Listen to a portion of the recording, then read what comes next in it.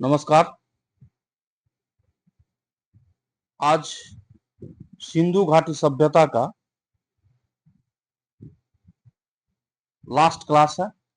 इससे पीछे हमने दो क्लास में सिंधु घाटी सभ्यता पढ़ाया है। एक क्लास में सिलेबस का डिस्कस किया था, उसके बाद क्लास 1 और क्लास 2 सिंधु घाटी सभ्यता के बारे में डिस्कस किया था, और आज इसका थर्ड क्लास है जो कि आज लास्ट क्लास है।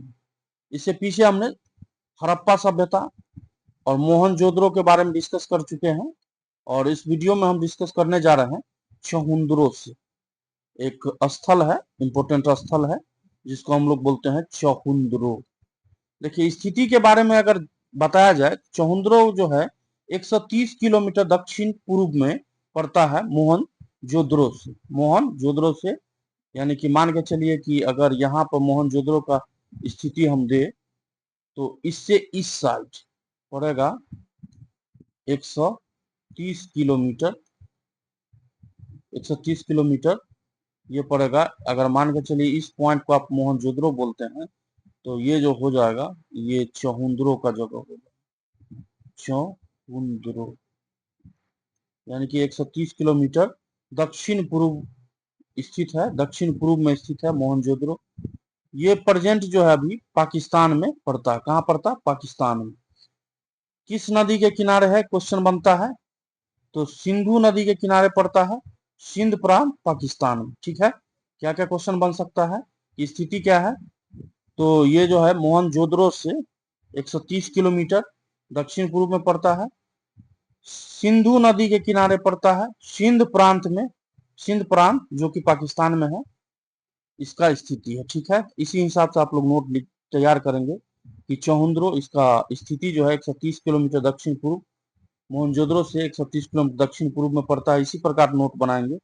इसका खोज जो है 1934 ईस्वी में एन गोपाल मजूमदार के द्वारा किया गया। सबसे पहले 1934 में एन गोपाल मजूमदार के द्वारा इसका खोज किया जाता है। बाद में क्या हुआ कि 1935 ईस्वी में अर्नेस्ट मैके के द्वारा इसका उत्खनन, व्यापक रूप से उत्खनन इसका किया गया। पहले खोज किसके द्वारा किया गया? 1934 में एन गोपाल मजूमदार के द्वारा। उसके बाद 1935 में क्या होता है कि अर्नेस्ट मैके के द्वारा जो है इसका उत्खनन बृहत रूप से, मतलब बहुत ज्यादा इसका उत्खनन जो है करवाया गया। देखिए, यह स्थल जो है, यहाँ से ये एक ही स्थल है, यहाँ से वक्राकार जो है ईंट का प्राप्ति हुआ। किस प्रकार का ईंट? वक्राकार ईंट का प्राप्ति हुआ है। और भी जानते हैं यहाँ से क्या क्या हमें मिला है। ठीक है, यहाँ से क्या क्या मिला है। देखिए, यहाँ से अलंकृत हाथी मिला, अलंकृत हाथी मिला है, कंघा मिला, लिपस्टिक मिला है, जो लेडीज लगाती है लिपस्टिक, वो मिला है, 4 पहिया वाला गाड़ी जो है, गाड़ी का साक्ष्य मिला है, मन के बनाने का कारखाना जो है यहाँ से मिला है। ठीक है, तो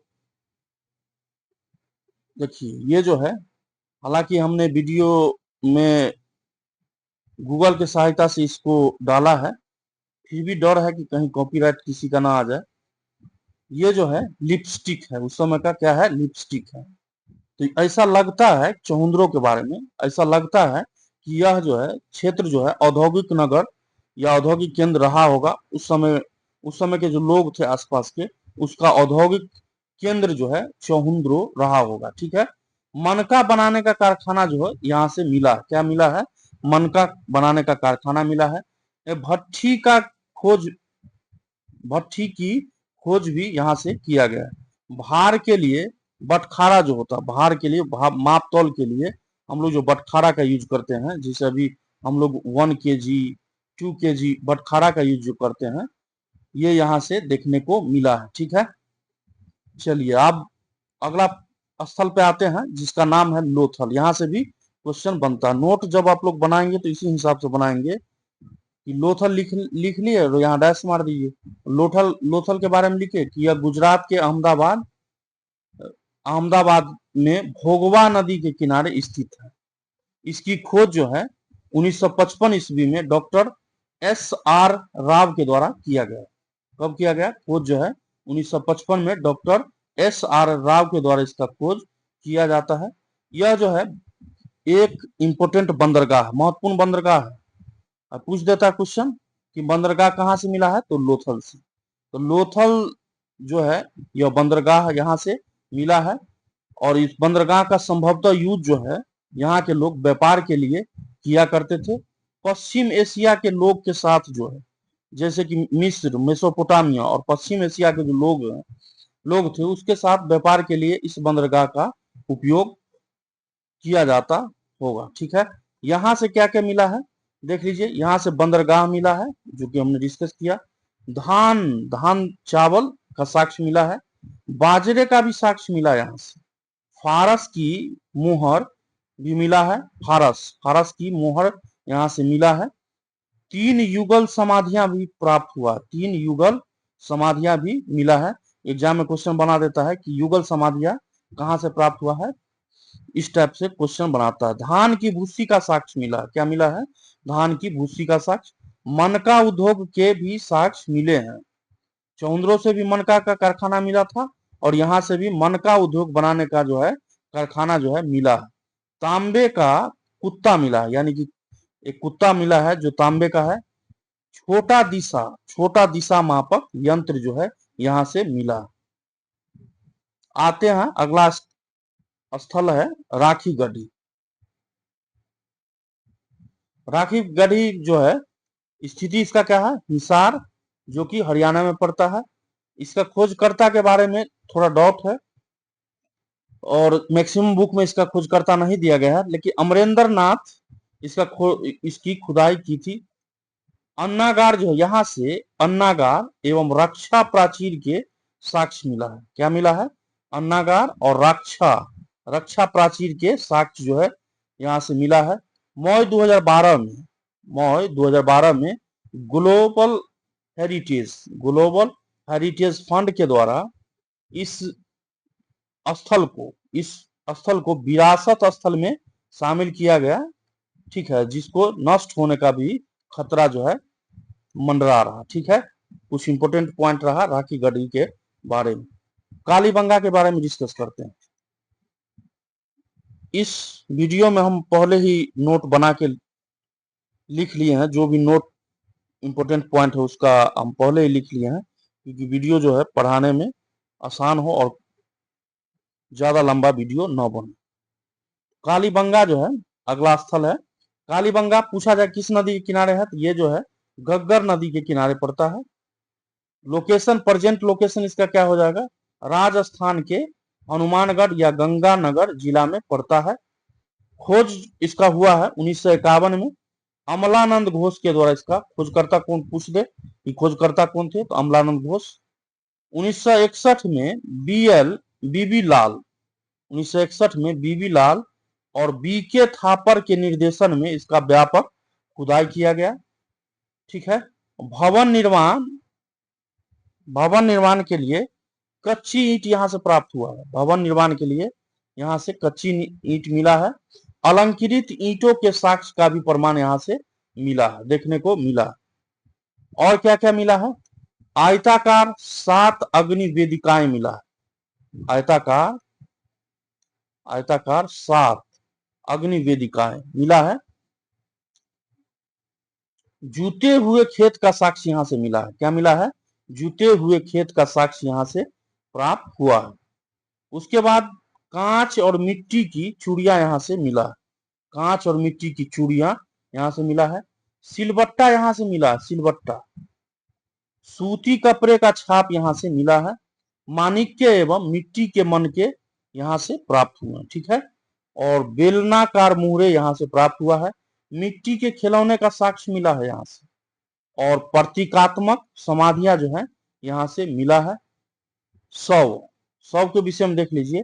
अंत्येष्टि संस्कार के लिए 3 विधि का उपयोग मुख्यतः यहाँ के लोग किया करते थे अंत्येष्टि के लिए। एक था पूर्ण समाधिकरण, एक था आंशिक समाधिकरण, और एक था दाह संस्कार विधि। यानी जब शव का प्रमाण मिला है, तो ये शव को 3 विधि से अंत्येष्टि किया जाता था। एक तो पूर्ण समाधिकरण से, एक आंशिक समाधिकरण से, और एक दाह संस्कार विधि से यहाँ के लोग समाधि का अंत्येष्टि किया करते सबका। आगे पॉइंट देख लीजिए बनावली के बारे में। बनावली पूछा जाए किस नदी के किनारे है, तो ये पड़ता सरस्वती नदी के किनारे। और इसका जो है खोजकर्ता के बारे में या उत्खननकर्ता के बारे में पूछा जाए तो R.S. बिष्ट इसका उत्खननकर्ता या खोजकर्ता हो जाएगा। 1973 में खोजा गया है, हरियाणा फतेहाबाद जिला में पड़ता है। देखिए यहां से जल निकासी का कोई भी साक्ष्य नहीं मिला, क्रॉस मार दिए हैं। इसका मतलब है यहाँ जब आप लोग नोट बनाएंगे तो लिखेंगे यहाँ से जल निकासी का कोई भी साक्ष्य नहीं मिला है। मिट्टी का बना हल यहाँ से मिला है, क्वेश्चन पूछा था एग्जाम में, बीपीएससी के एग्जाम में ये क्वेश्चन बना है कि मिट्टी का बना हुआ हल यहाँ से प्राप्त हुआ है। जौ का साक्ष्य भी मिला है, जौ का साक्ष्य मिला है। और टेराकोटा के हल जो है यहाँ से प्राप्त हुआ है। आ जाइए अगला स्थल धौलावीरा के बारे में। धौलावीरा के बारे में पूछा जाए, इसका उत्खननकर्ता हो जाएगा जेपी जोशी, R.S. बिष्ट, दोनों संयुक्त रूप से हो जाएगा जेपी जोशी, R.S. बिष्ट। कब उत्खनन हुआ है इसका? 1967 ईस्वी में। देखिए ये प्रेजेंट स्थिति इसका कहाँ है? गुजरात का कच्छ जिला। कहाँ है? गुजरात का कच्छ जिला। क्या क्या इंपोर्टेंट है ये देख लीजिए। सिंधु लिपि के 10 बड़े, सिंधु लिपि के 10 बड़े चिन्हों से निर्मित शिलालेख जो है यहाँ से मिला है। सिंधु लिपि से निर्मित 10 बड़े चिन्हों से निर्मित शिलालेख यहाँ से मिला है। शिलालेख बोलते हैं किसको? जो पत्थर पे कुछ लिखा गया है, पत्थर पे कोई कुछ लिख दिया है उसको हम लोग शिलालेख बोलते हैं। जल संरक्षण तकनीक से यहाँ के लोग परिचित थे। कहाँ के? धौलावीरा के। जल संरक्षण की विधि से, यानी कि जल को रिजर्व करने के लिए की विधि से यहाँ के लोग परिचित थे। नगर जो है 3 भाग में बटा हुआ था। नगर जो है कितने भाग में बटा हुआ था? 3 भाग में। और दुर्गा भाग, मध्यम भाग और निचला भाग, 3 भाग में बिल्डिंग बटा हुआ था।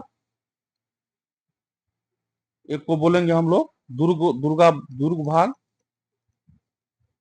एक को हम लोग बोलेंगे मध्यम नगर और एक इसको बोलेंगे हम लोग निचला नगर। देखिए कुछ इंपोर्टेंट डिस्कस कर लेते हैं। जैसे कि हड़प्पा पूछा जाए किस नदी किनारे है, तो रावी। उत्खननकर्ता दयाराम साहनी, 1926 से 27, 1933 से 34 तक माधव स्वरूप वत्स के निर्देशन में किया गया है। कहाँ पड़ता? पाकिस्तान के मोंटगोमरी जिला में। यहाँ से डायरेक्ट क्वेश्चन आपको एग्जाम में देखने को मिलेगा, इसीलिए इसको याद रखें। मोहनजोदड़ो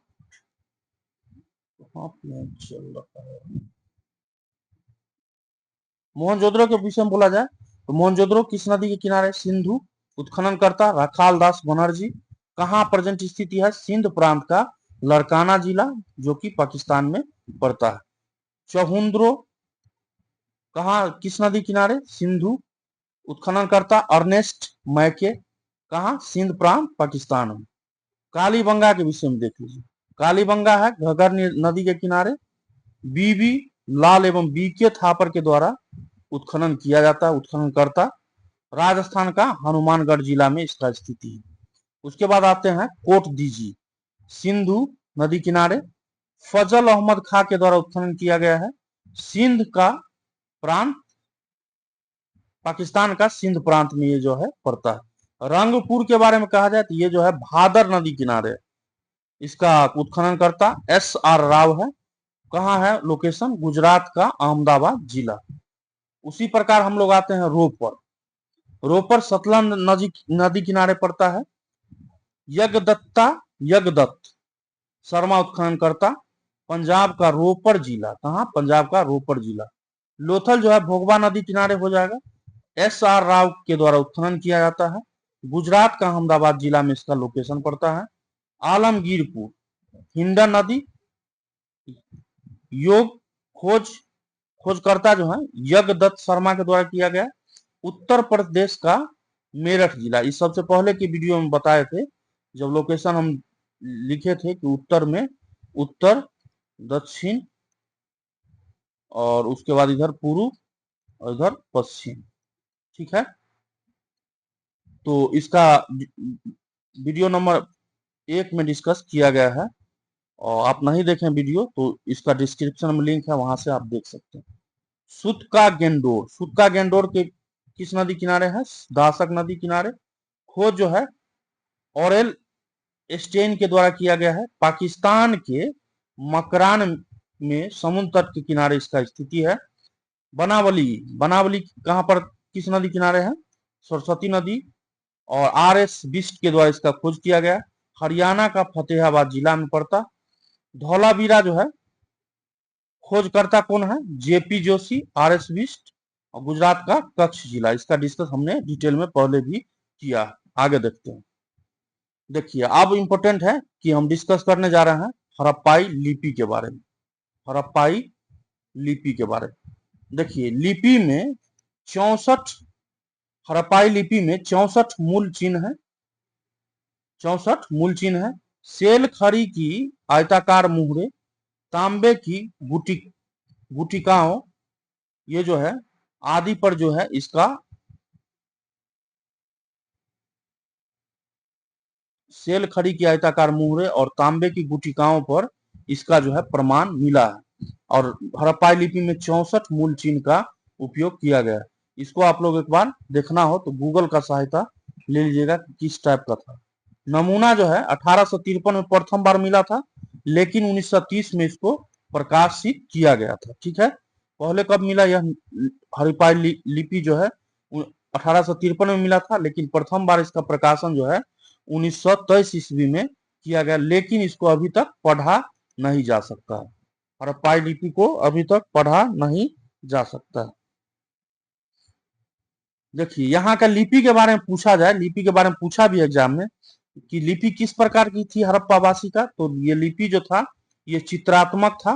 पिक्टोग्राफ बोलते हैं। क्या बोलते हैं? चित्रात्मक, पिक्टोग्राफ।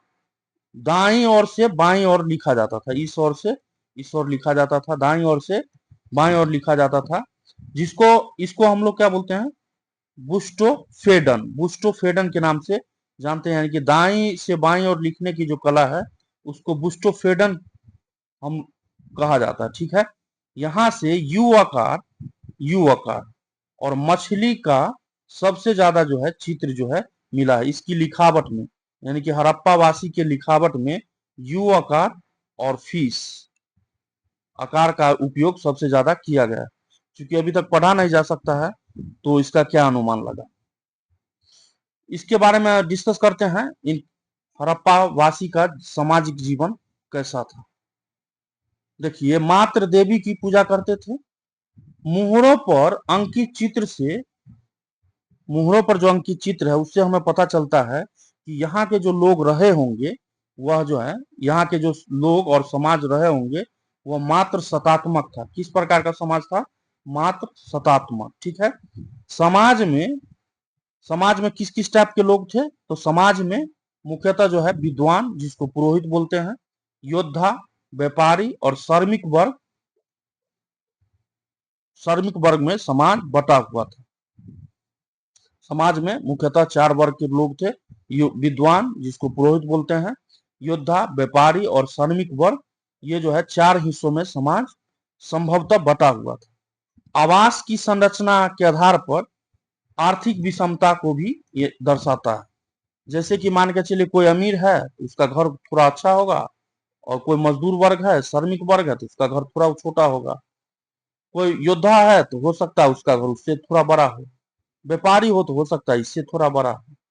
यानी कि जो ज्यादा संपन्न लोग होगा उसका घर थोड़ा बड़ा होगा। तो यहाँ के जो आवास मिला है, वहां उस आवास की संरचना के आधार पर हम लोग तय कर सकते हैं कि यहाँ जो है आर्थिक विषमता के आधार पर यहाँ के आवास का जो है आवास जो है बनवाया गया होगा यहाँ के लोगों के द्वारा। देखिए, यहाँ के लोग जो है साज सज्जा पे भी बहुत ध्यान देते थे। साज सज्जा पर मतलब सजते थे, बहुत ध्यान देते थे, पर अधिक ध्यान देते थे। स्त्री और पुरुष दोनों जो थे, स्त्री और पुरुष दोनों जो है आभूषण का उपयोग करते। जैसे हम लोग अभी समाज में देखेंगे कि लड़का प्लस लड़की, लड़का या लड़की हो, दोनों जो है जो आभूषण के लिए जैसे चैन का यूज करते हैं, सोना, सोना का चैन का यूज करता है, जैसे लड़की भी पहनती है, लड़का भी पहनता है। तो उस समय के लोग भी जो थे, स्त्री और पुरुष, आभूषण का धारण करते थे। ठीक है। प्रसाधान, प्रसाधान मंजूषा का प्रमाण जो है मिला है यहाँ से। यहाँ के लोग जो है वस्त्र के रूप में सूती और ऊनी दोनों प्रकार के वस्त्र का उपयोग किया करते थे। नोट इसी प्रकार बनाएंगे तभी जाके समझ में आएगा कि वस्त्र जैसे लिख लिए तो लिख ले कि यहाँ के लोग वस्त्र में, यहाँ के लोग वस्त्र में ऊनी और सूती दोनों प्रकार के वस्त्रों का उपयोग किया करते। इसको अपनी भाषा में आप लोग लिखेंगे। यहाँ के लोग शाकाहारी और मांसाहारी दोनों प्रकार के थे, यानी कि शाकाहारी भी यहाँ के लोग थे और मांसाहारी भी यहाँ के लोग थे। मनोरंजन के लिए ये लोग क्या किया करते थे, चौपर और पासा का खेल खेलते थे। मनोरंजन के लिए, जैसे हम लोग बोलते हैं ना, इंटरटेनमेंट के लिए क्या करते हैं, तो हम लोग फिल्म देखते हैं, गाना सुनते थे। यहाँ के लोग जो है चौपर और पासा का खेल खेला करते थे। ठीक है। और अंत्येष्टि के लिए, यानी कि कोई शव है, कोई बॉडी डेड हो गया, तो उसके लिए क्या करता था कि यहाँ से जो प्रमाण मिला, जैसे हमने पीछे भी डिस्कस किया है, तो यहाँ के प्रमाण में पूर्ण समाधिकरण, आंशिक समाधिकरण और दाह संस्कार समाधिकरण का जो है प्रमाण देखने को मिलता है। तो इस ढंग का कुछ स्थिति था यहाँ के सामाजिक जीवन। कुछ और भी है जानकारी। देखिए, यहाँ के लोग गणित को जानते थे, धातु निर्माण करते थे, जैसे कि हमने पहले भी बात किया कि कांस्य का निर्माण कर लिए थे। तो धातु किस हिसाब से बनता है और धातु का नॉलेज इसी यहाँ के लोगों को था। माप तौल प्रणाली का उपयोग ये सब करते थे, तो माप तौल के प्रणाली से भी अवगत थे। ग्रह नक्षत्र, मौसम विज्ञान, ये सब का भी नॉलेज यहाँ के लोगों को था। यहाँ के लोग जो है युद्ध प्रिय कम थे, यहाँ यानी युद्ध में कम विश्वास करते थे, युद्ध करना कम चाहते थे, और शांति प्रिय लोग यहाँ के ज्यादा थे। देखिए, व्हीलर बोलते हैं, व्हीलर जो है, व्हीलर, व्हीलर के अनुसार पूछा जाएगा कि व्हीलर के अनुसार कि यहाँ दास प्रथा भी होने का अनुमान है। व्हीलर के अनुसार बोल रहे हैं, सभी बुक में नहीं मिलेगा। ये जो है कुछ इंपोर्टेंट पॉइंट है जो खास के यहाँ डिस्कस किया जा रहा है। कभी कभी क्वेश्चन बन जाता है कि क्या सिंधु घाटी के लोग, सिंधु घाटी सभ्यता में दास प्रथा का प्रमाण मिलता है, तो व्हीलर के अनुसार कि यहाँ के लोग दास प्रथा का भी यहाँ प्रमाण, दास प्रथा का भी होने का अनुमान है। चलिए, यहाँ के लोगों का राजनीतिक जीवन कैसा था इसके विषय में देख लीजिए कि यहाँ के राजनीतिक संगठन का साक्ष्य जो है उपलब्ध नहीं हुआ। जैसे अभी बिहार में है ना, जेडीयू का साक्ष्य मिल रहा है, मतलब आरजेडी है, उसके बाद बीजेपी है, ये सब एक प्रकार का राजनीतिक पार्टी है। तो यहाँ से किसी भी प्रकार का राजनीतिक संगठन का साक्ष्य जो है देखने को नहीं मिला है। ठीक है। ऐसा माना जाता है या ऐसा अनुमान है कि वाणिज्य या व्यापारी वर्ग जो है, वाणिज्य और व्यापारी वर्ग जो महत्वपूर्ण भूमिका रहा होगा यहाँ के राजनीतिक में, यहाँ के समाज के राजनीतिक जीवन में। क्योंकि वाणिज्य, वणिक वर्ग, वणिक वर्ग मतलब होता है जो बिजनेस करे, तो व्यापारी वर्ग या वणिक वर्ग बोलते हैं। यहाँ के राजनीतिक महत्वपूर्ण भूमिका रही हो। हंटर बोलते हैं, हंटर के अनुसार मोहनजोदड़ो का शासन जो है राजतंत्रात्मक न होकर कैसा था, गणतंत्रात्मक था।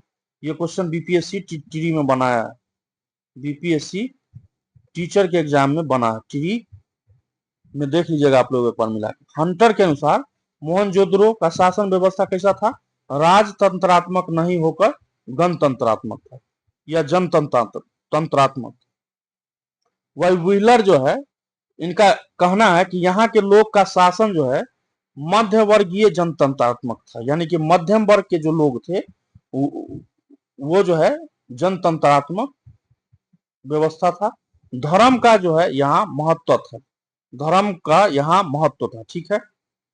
और यहाँ के लोगों का आर्थिक जीवन के बारे में हम लोग डिस्कस करते हैं। यहाँ के लोगों का यानी कि हड़प्पा वासी के लोगों का आर्थिक जीवन किस प्रकार का। देखिए यहाँ के लोग का उन्नति का मुख्य कारण क्या था, तो उन्नति का मुख्य कारण क्या होगा, व्यापार होगा और कृषि होगा। यहाँ के लोग कृषि और व्यापार, उन्नति का मुख्य साधन क्या था, कृषि और व्यापार। व्यापार में ये लोग जो है मिस्र के साथ, ये लोग सिर्फ आसपास के क्षेत्रों में व्यापार न करके ये लोग जो है मिस्र और मेसोपोटामिया के लोगों के साथ भी इसका व्यापार था। मध्य एशिया के साथ भी इन लोगों का जो है व्यापार हुआ करता था। यहाँ से जो बंदरगाह मिला, जैसे लोथल से हमको जो बंदरगाह मिला है, लोथल, रंगपुर, सुरकोटदा से जो बंदरगाह देखने को मिला है, यहाँ से आप अनुमान लगा सकते हैं कि यहाँ के लोग जो है मिस्र, मेसोपोटामिया और मध्य एशिया के जो भी लोग थे उसके साथ जो व्यापारिक कार्य किया करते थे। ठीक है, माप तौल का इकाई जो है 16 के गुणक में देखने को मिलता है, यानी कि 16, 32, 48 इसके गुणक में देखने को मिल जाता है। दशमलव पद्धति का भी नॉलेज इन लोगों के पास था। ठीक है, यहां से मुख्य फसल क्या क्या था, गेहूं, जौ, राई, मटर, तिल, सरसों, कपास खेती यहाँ के लोग किया करते थे। देखिए कपास जो है कपास सबसे पहले उपजाने का श्रेय यहीं के लोगों को दिया जाता है। ठीक है, देखिए ये लोग जो है कपास का जो खेती करते थे उसको यूनानी सिंडन बोलते थे। क्या बोलते थे, सिंडन, जिसको सिंडोन भी बोलते हैं, सिंडोन नाम दिया था। ठीक है, इससे भी एग्जाम में क्वेश्चन बना है। और ये लोग जो है तरबूज, खरबूज, नारियल, अनार, नींबू, केला ये सब फल से भी परिचित थे। ठीक है, यहाँ के लोग तरबूज, खरबूज, नारियल, अनार, नींबू, केला ये सब भी फल से अवगत थे, परिचित थे। चलिए प्रमुख खाद्य के बारे में पूछा जाए कि यहाँ के लोग का प्रमुख भोजन क्या था, तो प्रमुख खाद्य पदार्थ में हम लोग गेहूं और जौ को रखते हैं। और पूछा जाए कि सिंधु घाटी सभ्यता के लोगों का मुख्य खाद्य पदार्थ क्या था, तो क्या था, तो गेहूं और जौ हो जाएगा। देखिए एग्रीकल्चर के लिए मतलब कृषि कार्यों के लिए ये लोग प्रस्तर मतलब स्टोन बोलते हैं, पत्थर भी बोलते हैं, स्टोन, प्रस्तर और कांसे का बना हुआ औजार का उपयोग करते थे।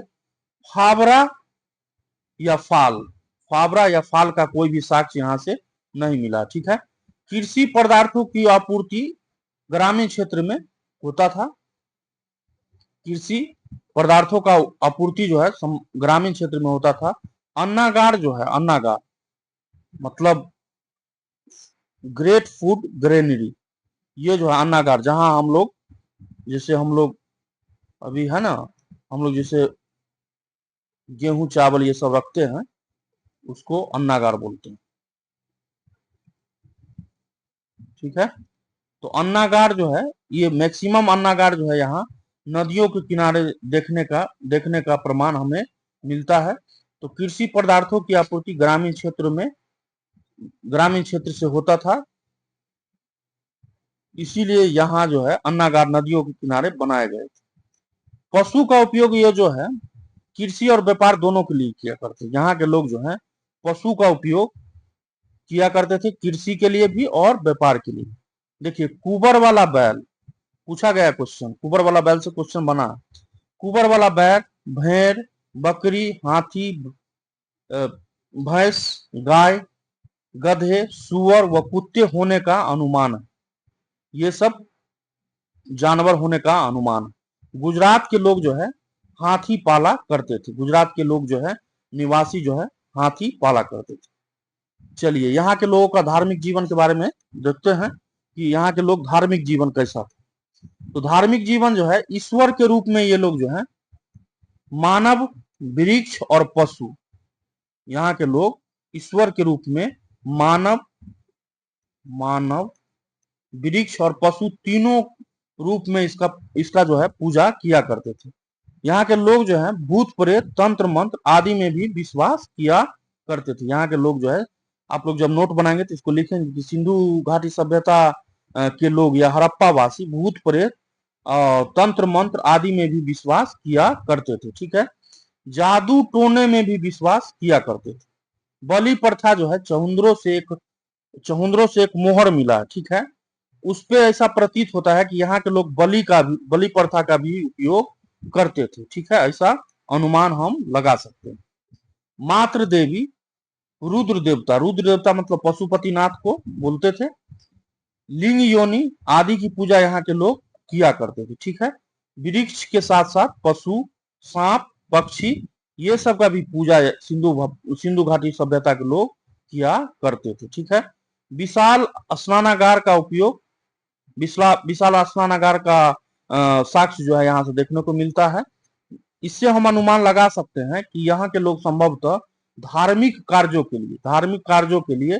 धार्मिक अनुष्ठानों के लिए ये जो है विशाल विशाल अन्नागार का उपयोग स्नानागार का उपयोग किया करते थे। अग्नि कुंड का भी साक्ष्य देखने को मिलता है, कहां से? कालीबंगा से। तो यहाँ से हम क्या अनुमान लगा सकते हैं, और हम कह भी सकते हैं कि अग्नि कुंड और स्वास्तिक, ये जो है चिन्ह है, इसको स्वास्तिक बोलते हैं। इस टाइप के चिन्ह को हम लोग क्या बोलते हैं? स्वास्तिक। तो यहाँ के लोग अग्नि और स्वास्तिक का भी पूजा किया करते थे, और स्वास्तिक जो है संभवतः सूर्य का प्रतीक होता था, ठीक है। स्वास्तिक जो है ये जो है संभवतः सूर्य पूजा के लिए उपयोग किया जाता था, सूर्य पूजा का प्रतीक माना जा सकता है। देखिए ये लोग जो हैं पुनर्जन्म में भी विश्वास किया करते थे। अब कैसे हमको प्रमाण मिला कि पुनर्जन्म में विश्वास करते थे? तो ये दाह संस्कार जो देखेंगे यहाँ के लोगों का, तो ये 3 टाइप से दाह संस्कार यहाँ के लोग सबको किया करते थे। सबको 3 टाइप से दाह संस्कार किया करता था। पहला तरीका पूर्ण समाधिकरण जो है, पहले भी डिस्कस किया है। आंशिक समाधिकरण और कलश समाधिकरण का भी साक्ष्य जो है मिला है, कलश समाधिकरण का, ठीक है। हम लोग ऐसा अनुमान लगा सकते हैं कि शायद मूर्ति पूजा जो है, जैसे हम लोग अभी मूर्ति पूजा करते हैं, जैसे सरस्वती, गणेश जी, ये सब का जो पूजा हम लोग मूर्ति के रूप में करते हैं, तो ऐसा हम अनुमान लगा सकते हैं कि शायद मूर्ति पूजा का प्रचलन जो है यहां से ही स्टार्ट हुआ होगा, ठीक है। मृग मूर्ति के गर्भ से, मृग मूर्ति जब, जैसे हम पीछे भी डिस्कस किए हैं कि एक मूर्ति के गर्भ से पौधा को निकलता हुआ दिखाया गया है, तो मृग मूर्ति के गर्भ से एक पौधा जो निकला है, इसको संभवतः हम लोग उर्वरता की देवी बोल सकते हैं, ठीक है। चलिए आ जाइए अब शहर के, चूंकि सिंधु घाटी सभ्यता का पतन का क्या क्या कारण रहा, इसके बारे में डिस्कस हम लोग कर लेते हैं। उत्पत्ति के अनेक कारण हैं कि सिंधु घाटी सभ्यता का उत्पत्ति कैसे हुआ, इसका भी बहुत सारा रीजन है। तो उसी प्रकार जो है पतन का भी बहुत सारा विद्वान कहिए या इतिहासकार कहिए, इतिहासकार या विद्वान जो है यहाँ के विषय में बहुत सारा अनुमान लगाए हैं कि यहाँ के सिंधु सभ्यता का पतन का क्या क्या कारण था। तो यहाँ का पतन जो है, ये यहाँ का पतन जो है क्या बोल सकते, तुरंत नहीं हुआ, यानी कि क्रमिक इसका पतन होता गया। यानी कि मान के चलिए ये शहर अपने टॉप स्थिति में था, वहां से धीरे धीरे इसका पतन होते चला गया, और धीरे धीरे जाते जाते पूर्ण पतन हो गया। बाद में वैदिक सभ्यता स्टार्ट होता है, वैदिक काल इसका स्टार्ट होगा। तो यहाँ के पतन के बारे में हम लोग बोल सकते हैं कि किसका क्रमिक पतन हुआ, धीरे धीरे पतन हुआ है। क्योंकि यहाँ के लोग जो हैं, जैसा कि अपने पहले भी डिस्कस हमने किया है कि यहाँ के लोग नगर नियोजन या नगरीय सभ्यता के लोग थे, और बाद में जब आप देखेंगे तो वैदिक सभ्यता या वैदिक काल आते आते लोगों का चलन जो है, लोगों का रहने का तरीका जो है ग्रामीण हो गया। तो यहाँ के क्या बोल सकते हैं इसके बारे में, धीरे धीरे इसका नोट जब बनाएंगे तो लिखेंगे कि सिंधु घाटी सभ्यता के लोग सभ्यता का पतन जो है क्रमिक पतन धीरे धीरे हुआ। क्योंकि पहले जो है ये नगरीय सभ्यता हुआ करता था, बाद में यह जो है ग्रामीण में धीरे धीरे कन्वर्ट हो गया। क्या क्या विद्वान का मत है, कि विद्वान क्या क्या मानता है इसके बारे में, कि कौन विद्वान का क्या मत है, इससे भी एग्जाम में क्वेश्चन आपको देखने को मिला है, ठीक है। बीपीएससी के टीचर के ही एग्जाम में क्वेश्चन यहां से बना है। विद्वान का मत है कि गार्डन चाइल्ड एवं वॉयलर के अनुसार बाहरी एवं आर्यों के आक्रमण से, यानी कि यहाँ के जो लोग थे गार्डन चाइल्ड और वॉयलर का मानना है कि बाहरी जो आक्रमण हुआ या आर्यों के द्वारा जो आक्रमण हुआ उसके वजह से यह सभ्यता जो है धीरे धीरे नष्ट हो गई। जबकि जॉन मार्शल, अर्नेस्ट मैके एवं एस.आर. राव के द्वारा जो है ये जो विद्वान है ये विद्वान है इनका मानना था कि बाढ़ आ गया तो बाढ़ की वजह से ये जो है सभ्यता का जो है पतन हो गया। ठीक है। अर्नेस्ट स्टेइन और अमलानंद घोष के अनुसार जलवायु यहाँ का परिवर्तन हो गया। मान के चलिए बहुत ज्यादा यहाँ के लोग रहते थे, बहुत ज्यादा गर्मी हो गया होगा या बहुत ज्यादा ठंड हो गया होगा या कोई अन्य भी रीजन रहा होगा, तो जलवायु परिवर्तन हुआ होगा, उसके वजह से क्या हुआ यहाँ के ये जो सभ्यता धीरे धीरे समाप्त हो गई। M.R. साहनी कहते हैं कि भूतात्विक परिवर्तन जो हुआ, यानी कि पृथ्वी में जो परिवर्तन होता रहता, जैसे हम लोग क्या बोल सकते हैं उसको, भूकंप वगैरह ये सब जो है ये सब आता है, तो भूकंप भूतात्विक परिवर्तन जो हुआ यानी जमीन के नीचे जो परिवर्तन हुआ उसके वजह से यह सभ्यता खत्म हो गया, ये मानना है M.R. साहनी का। जॉन मार्शल मानते हैं कि प्रशासनिक शिथिलता के वजह से जो है यह सभ्यता जो है नष्ट हो गया। ठीक है। के यू आर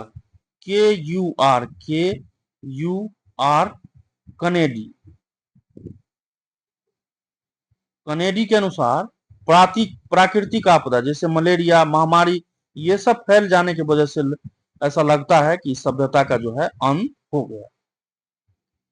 चलिए इस सभ्यता का क्या क्या देन है इसके बारे में हम लोग डिस्कस कर लेते हैं। सिंधु घाटी सभ्यता का देन।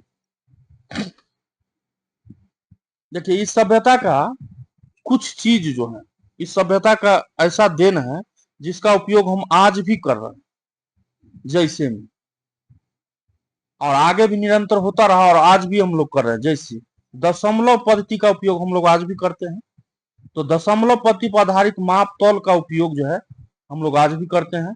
नगर नियोजन जैसे टाउन प्लानिंग जो हम लोग करते हैं,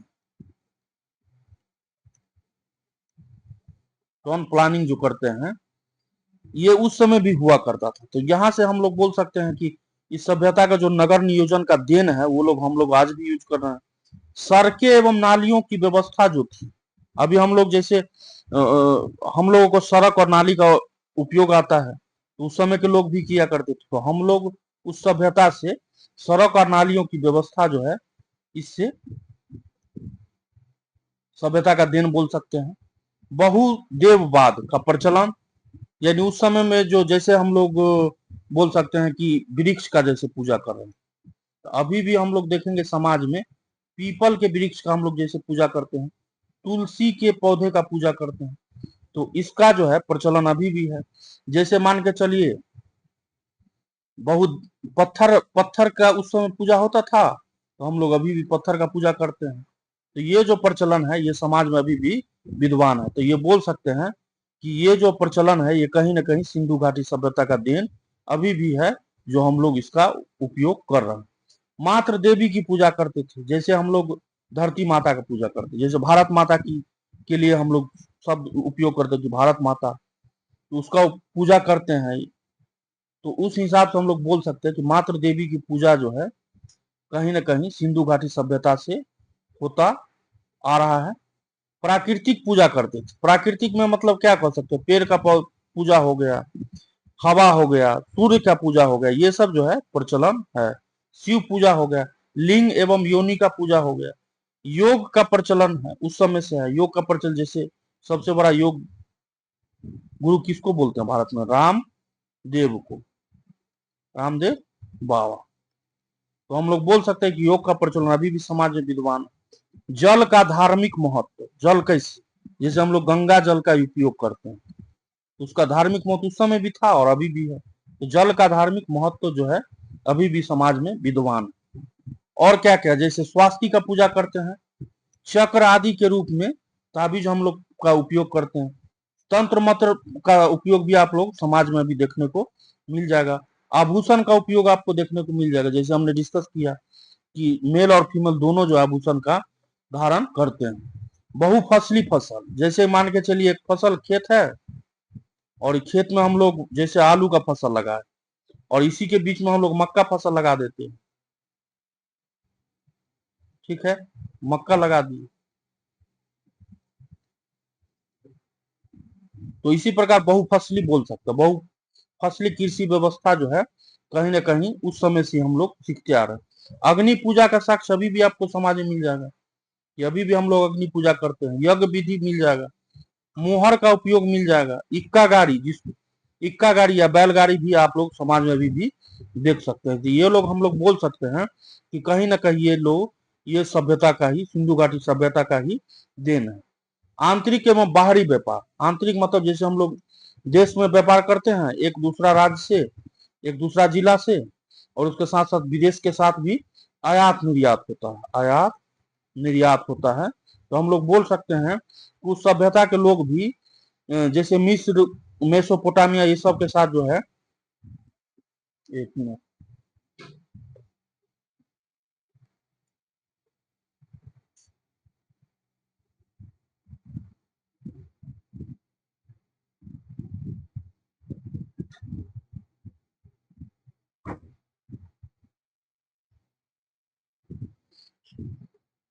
हाँ तो डिस्कस कहाँ कर रहे थे, आंतरिक और बाहरी व्यापार के संदर्भ में।